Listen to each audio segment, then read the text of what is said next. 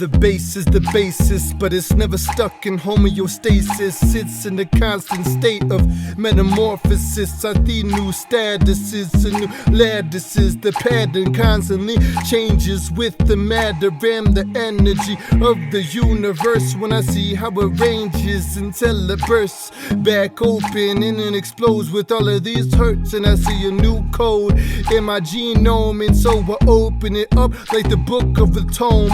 But it will constantly be changing as it chromatizes, it materializes, recategorizes itself, but it actualizes itself at the same time. So I will identify this as it begins to reify, and I see it glide, and I see another stride. I see it strive through another step. When I live alive, that's how I find myself, to open up the archive in my mind. But it becomes another moment when I move through all of these rudiments in motion and movement. So I will never stop, cause it's another potion that will be switching like the flow of the ocean. And so it attunes itself to the tide of the moon, and I will give my tides away here, but it will constantly bring itself as it strides open again, and it will confide itself as it changes, and it finds a new wealth within these ranges as it rearranges constantly, and it will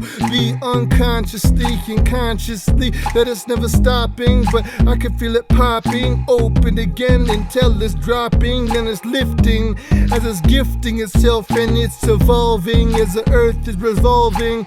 But I don't see how it's simply solving. No, instead we think that this step from step to generation, but I see the breath of this breath and my own death that happens every single night and every single day. Once I feel the ripples and the signals that will come with me onto my way, and I look up into heaven's causeways, and I see everything ignite right before me into the depth of the night.